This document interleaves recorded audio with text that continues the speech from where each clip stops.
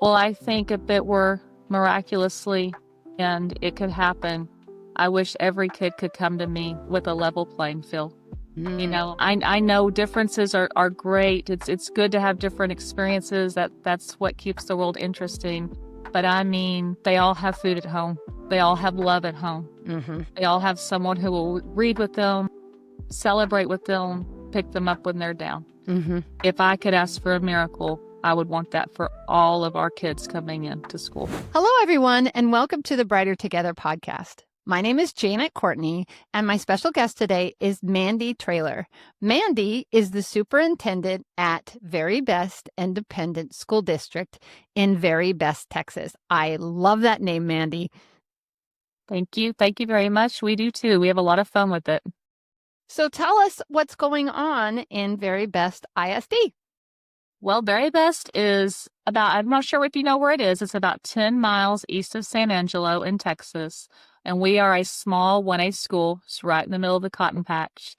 And we average about 265 kids each year, give or take. Yeah. We have had an increase in enrollment this year. So we've had about 20 more come in, which has been exciting. Yeah. Anyway, we have had a great start to the school year, and I truly do. I mean, I use it a lot, but I really do have the very best kids. That's exciting. I do.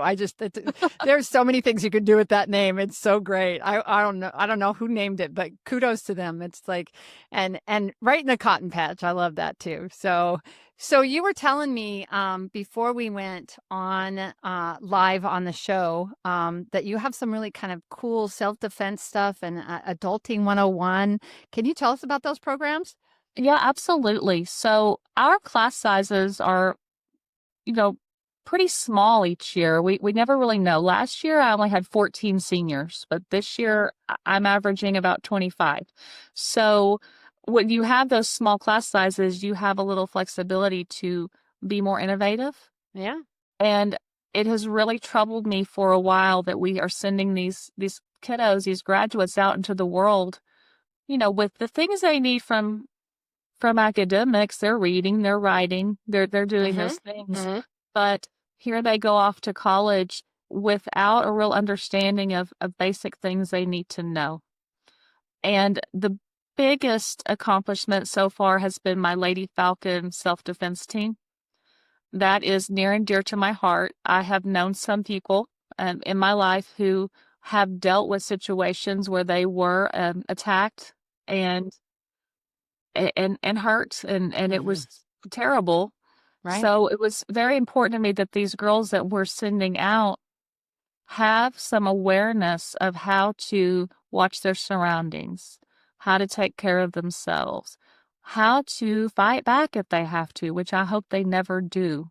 It's a one-day opportunity where we have people come in who teach a course. They start with classroom time, videos, why you need to be self-aware, how you watch your surroundings, just little things, going to the mall, coming out, what you need to look for.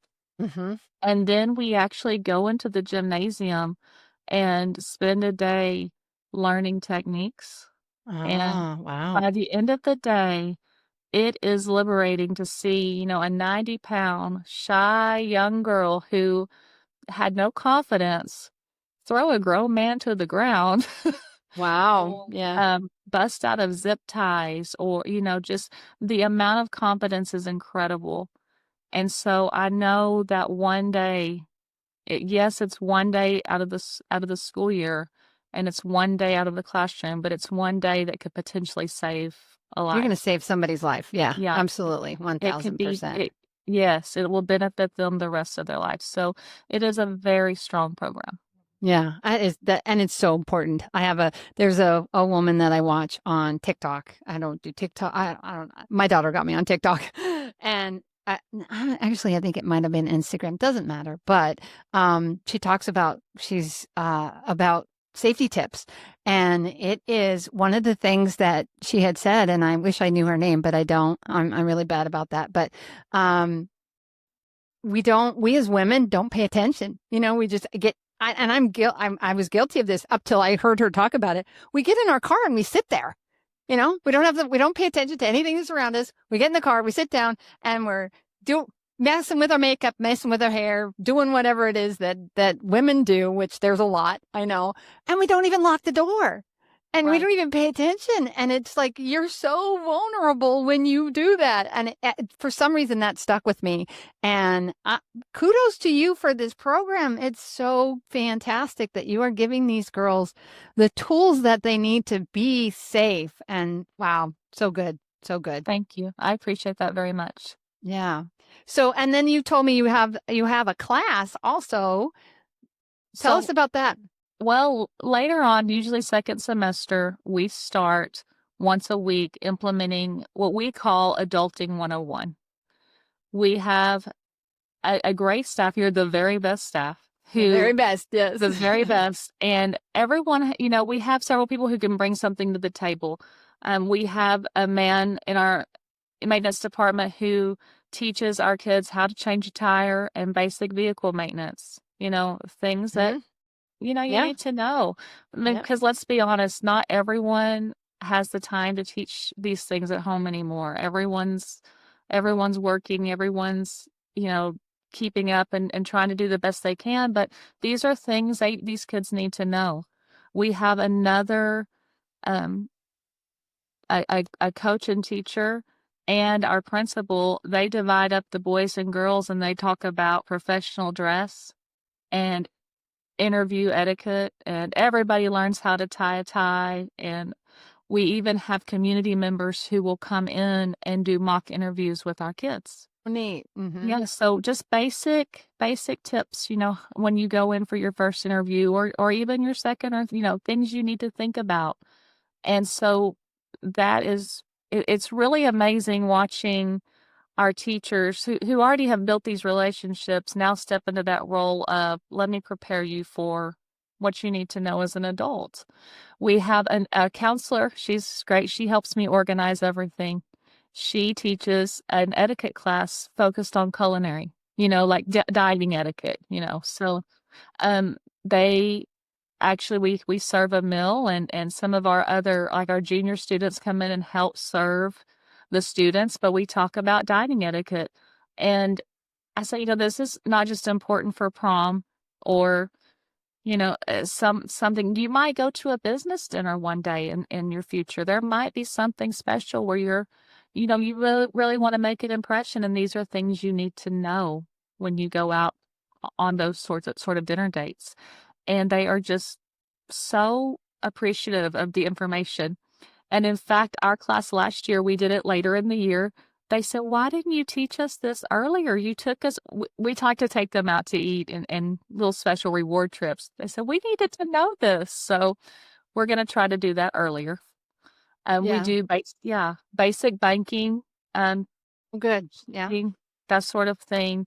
Mhm. Um, let's see what Money. else. Yeah, Mm. money. I mean, Yeah, that's money. important. What Yeah. is a routing number? Yeah. When you look at a check, what do those numbers mean at the bottom? What are these interest rates? All those kinds of things. In their financial math class, they are getting income tax, how to fill out all those forms for employment, that sort of Mhm. thing.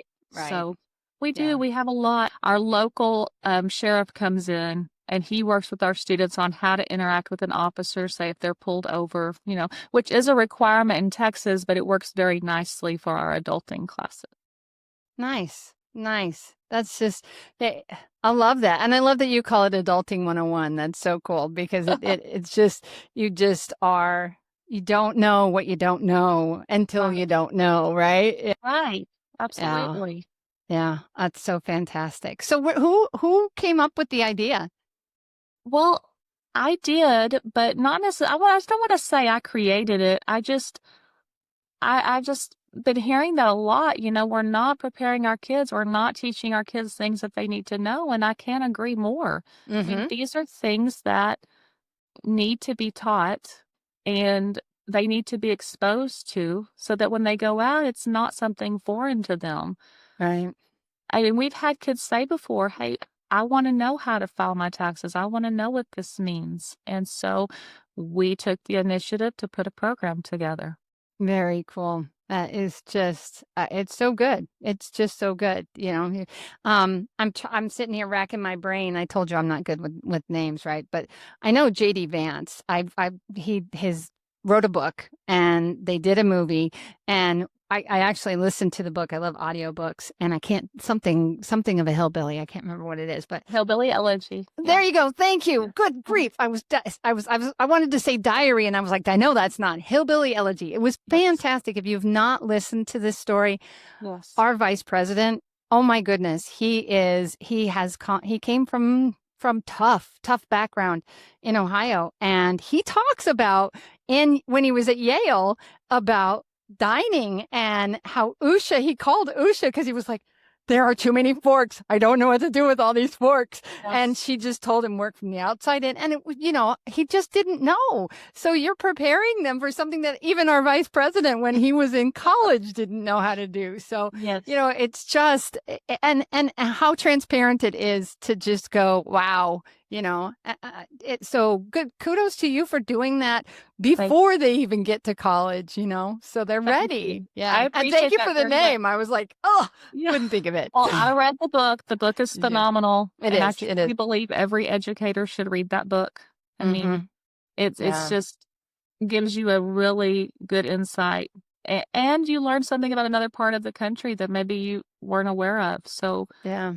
it was a good resource for me, exactly. And we had started this previously, but you're right, that did help validate what we were doing in Very Best. Mm-hmm. Yeah. Yeah. And the funny thing is we lived there. We lived in Cincinnati for a while, and then we lived in Dayton. My husband's from Ohio, and Middleton is right between. They called it a bedroom community because it was halfway between Cincinnati and halfway between Dayton.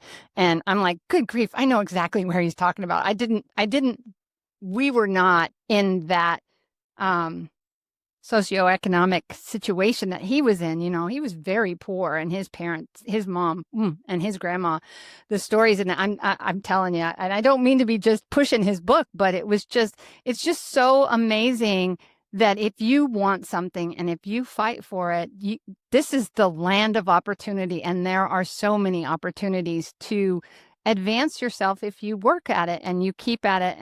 And his transparency in that book is just astounding. And it was a fun listen too. It was just, how him talking about all those things. So I bet it was. I think the part that resonated with me the most was his grandfather working all day and then coming home, and we're going to do math. He wanted to make sure he did that math, and yeah, yeah. so He had everybody some, would, yeah. no, go ahead. No, he had a really great support system with his Hmm. grandparents. Yeah. Yes, he did. He absolutely did. He absolutely did.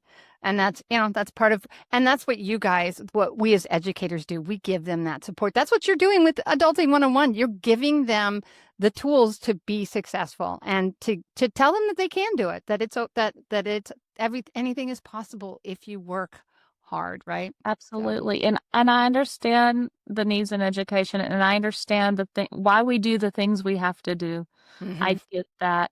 But at the end of the day, learning how to throw a ball or how to bubble a test is not going to help them succeed at college or at an adult job. I mean, and I know why we do those things. There are so many valuable reasons we do all those things, hmm but no longer are these things being learned at home and hmm across the board. So it's time to step up and help out. Occupational therapy shouldn't be one more thing on your plate. It should be a solution. Lighthouse Therapy offers school based occupational therapy services that actually work for you and your staff.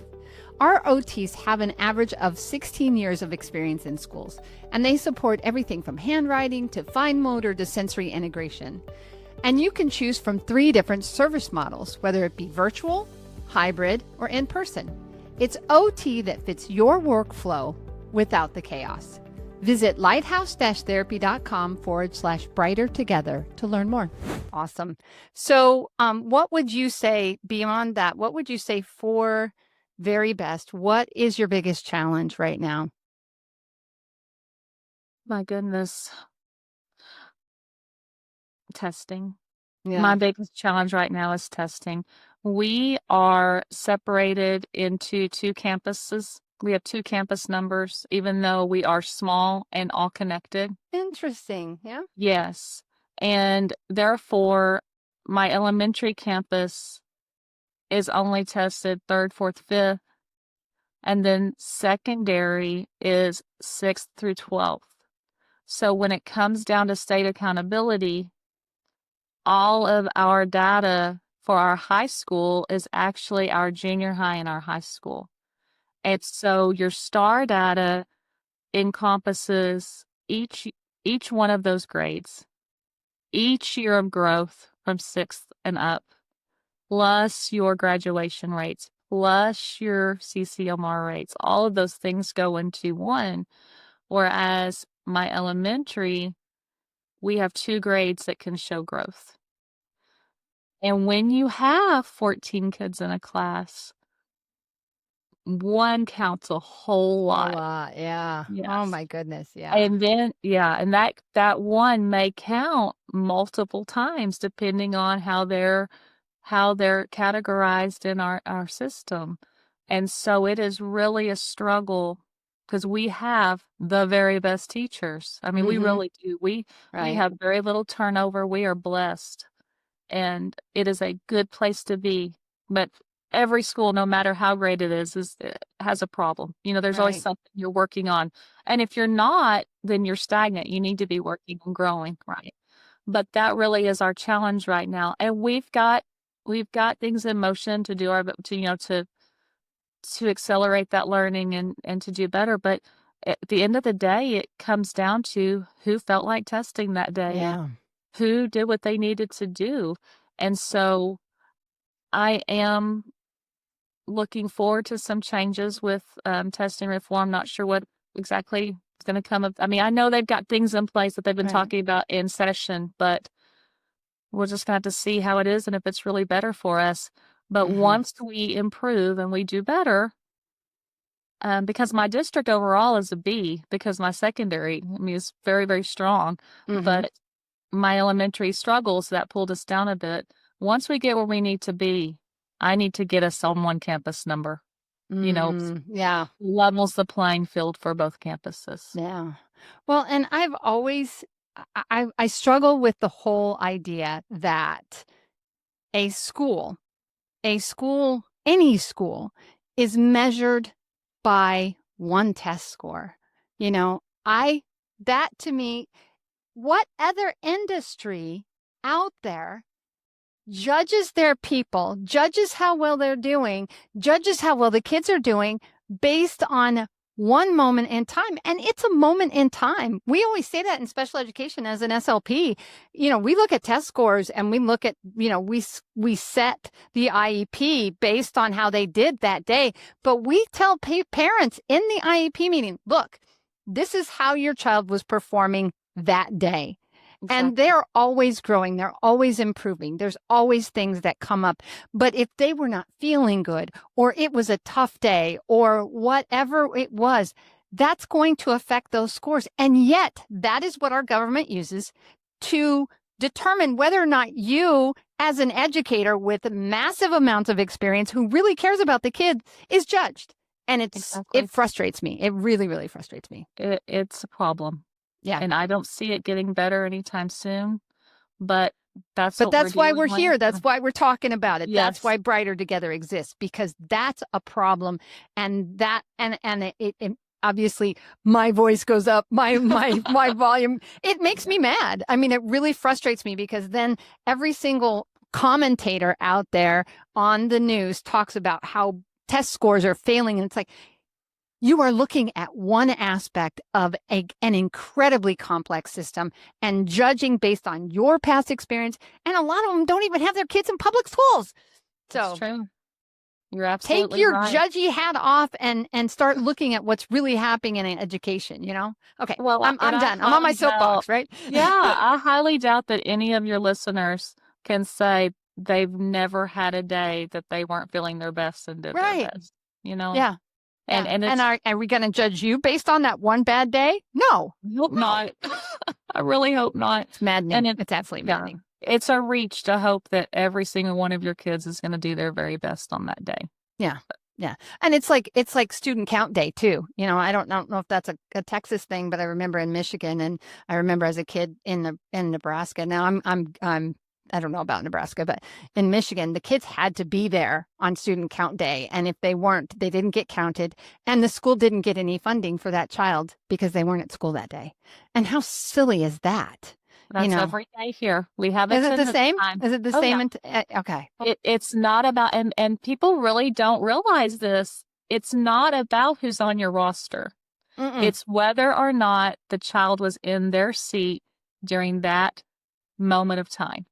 Which is And crazy. it is. Absolutely crazy. Who picked that system?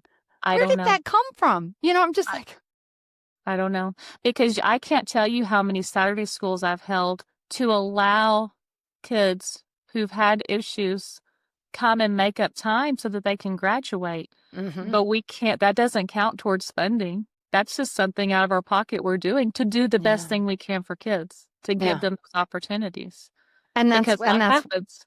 mm-hmm. And that's what educators are doing. That's what you do. That's what so many administrators and teachers across this country are doing, is fighting for our kids, fighting for students to have a good experience, to be able to graduate, to be able to they're our next generation. They are the ones that are going to move us forward.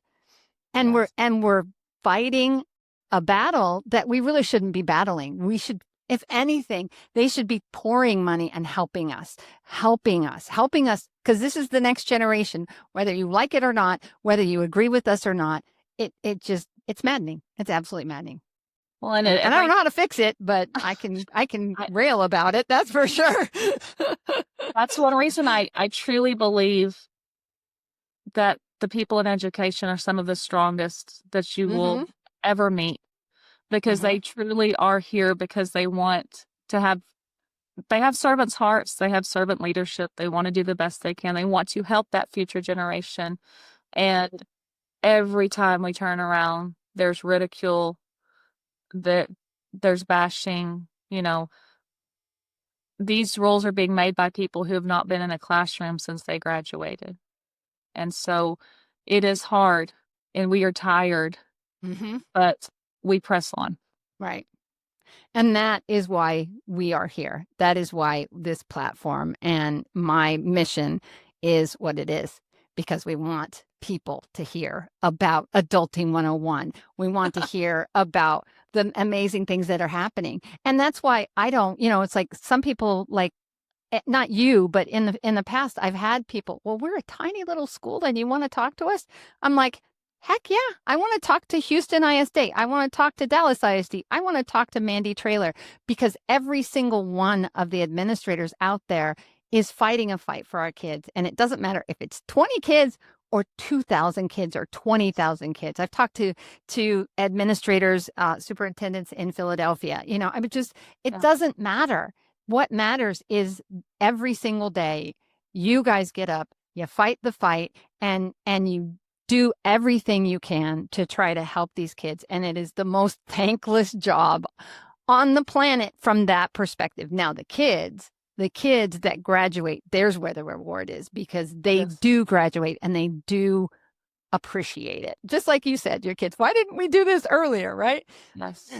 But Our kids are incredible. They really are. I mean, I have volleyball girls that will go thank the person who volunteered to call lines on their own. I mean, there is something magical about a small school. And I have been in 5A, I have been in 3A, I have been in 2A, and I'm telling you, this 1A school has my heart. And I don't know if I could ever go bigger. I mean, one day maybe, but there is something about knowing your kids and them knowing you and the feeling you get that you're truly shaping this yeah. this group. Mm-hmm. Yeah. And this group and the next group next year and the group last year and all of the little things, little things that you do every single day Yes. that have such a huge impact on everybody. Has that teacher, everybody has that person in their lives, in their educational system, that made a difference. And half the time they don't even know, I mean, you don't even always find out. We know. I mean, I remember Yes. who my person was. You remember who your person I was. do. But there's a whole line of them, and those people are just one piece of the whole thing that got you over that line, right? That got me over that line. That lets me get on this podcast and rail about the injustices of what we put up with in education, right? But it Yes. matters. It matters. And every single one of those children and every single one of those educators, including yourself, matter. And that's why we do what we do, right? That's why we do what Yes. we do. Yes, ma'am. Yeah. Thank you. Awesome. Yeah. Oh, I'm grateful to be able to do it. I really am. I'm blessed beyond measure. God has been so good to me. And I am happy to be on this platform because it just needs to happen. And the more that we get it out there, the more people talk about it, that's how things change. That just complaining at home isn't going to change anything. So what do? I put my money where my mouth is and go, we need to fix this right now. I love it. Yeah. So, Yes. all right. So, last question. It's been a great conversation, Mandy. It really has. And I know we've kind of touched on this, but I really want to ask this question anyway, because I know you'll have a great answer. So if you could miraculously fix just one thing, I know we've talked about test scores, so don't say that because I know it's an Okay. issue anyway. But if you could just miraculously fix, and I say miraculously because, I'm a Christian and I believe we have a God who can fix anything. So let's speak it out, right? But if you could fix one thing in your world as an educator and it wasn't money, and it wasn't test scores, what would it be? Well, I think if it were miraculously and it could happen, I wish every kid could come to me with a level playing field. You Mm, know, I know differences are great. It's good to have different experiences. That's what keeps the world interesting. But I mean, they all have food at home. They all have love at home. mm-hmm, They all have someone who will read with them, celebrate with them, pick them up when they're down. mm-hmm. If I could ask for a miracle, I would want that for all of our kids coming into school. Amen. Great answer. Absolutely fantastic answer. It's really close to the last interview I did. He said something very similar. And it's just, yeah, we've got to give them the love and to give them that so that they can learn and to have people that love them. It's heartbreaking when they don't have it. It really It is. is. It But is we're really here, heartbreaking. and Wait, yeah. And that's you part of do. what we do. Yeah, that you do, right? Yeah, but but when they have it at home, it makes a difference too. So, and that's what when we were talking about JD Vance, he did. That's what he had. He had a grandma that just loved him to death. Absolutely loved him. Despite all of her challenges in life, Mhm. Mhm. all of her hardships, she had the want to make sure he had everything that she didn't. Mhm. And And graduated. I think we Yeah. all want more for our kids than we have. Yeah. I hope that everyone has Yeah. that wish, but she really did it. She Yeah, pushed she you. did. Yeah. Mhm. Yeah. He's a testament to her tenacity, and she had tenacity, that's for sure. Absolutely. So, yeah. And so if you're struggling out there today, keep striving. Keep one foot in front of the other, one day at a time. That's just keep doing it because you're making a difference in a child's life, and that's what matters. And those kids, even though you may never know, boy, you're making a difference. You really are. So I used to tell people when I first started, this is probably gonna make me teary eyed. So, Uh-huh. but I used to tell people because I started this company, Lighthouse, and I used to tell my friends and my family and people that would talk to me about why did you do this? What did you do? Why do you keep doing what you're doing? Fighting the fight that you fight. And I said, because at the end of the day, when I die, see, I gotta be careful. I used to say, I just want to hear, well done. Well done, good and faithful servant. See, makes me cry. Yes. But now, 7 years later, I don't wonder. I don't do it just because I know when I meet my Savior, well done. So Absolutely. keep doing it. You keep doing it. And it just is, it's a beautiful thing to know that you have purpose in your life, that what you're doing matters. And that's it. That's it in a nutshell right there. So Absolutely. Thank you, Mandy. Thank you for making me cry. Sorry, I enjoyed talking to you so much. Yeah, it's been a great conversation. Where do people go to learn more about Very Best? Well, verybestisd.net.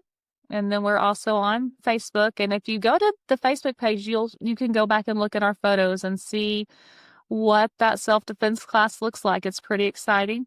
And you can also see some pictures from some of our adulting classes. I mean, we haven't just flooded it with all of the stuff, but there are little snippets out there. So Awesome. And Very Best. So just so you know, it's VERIBEST.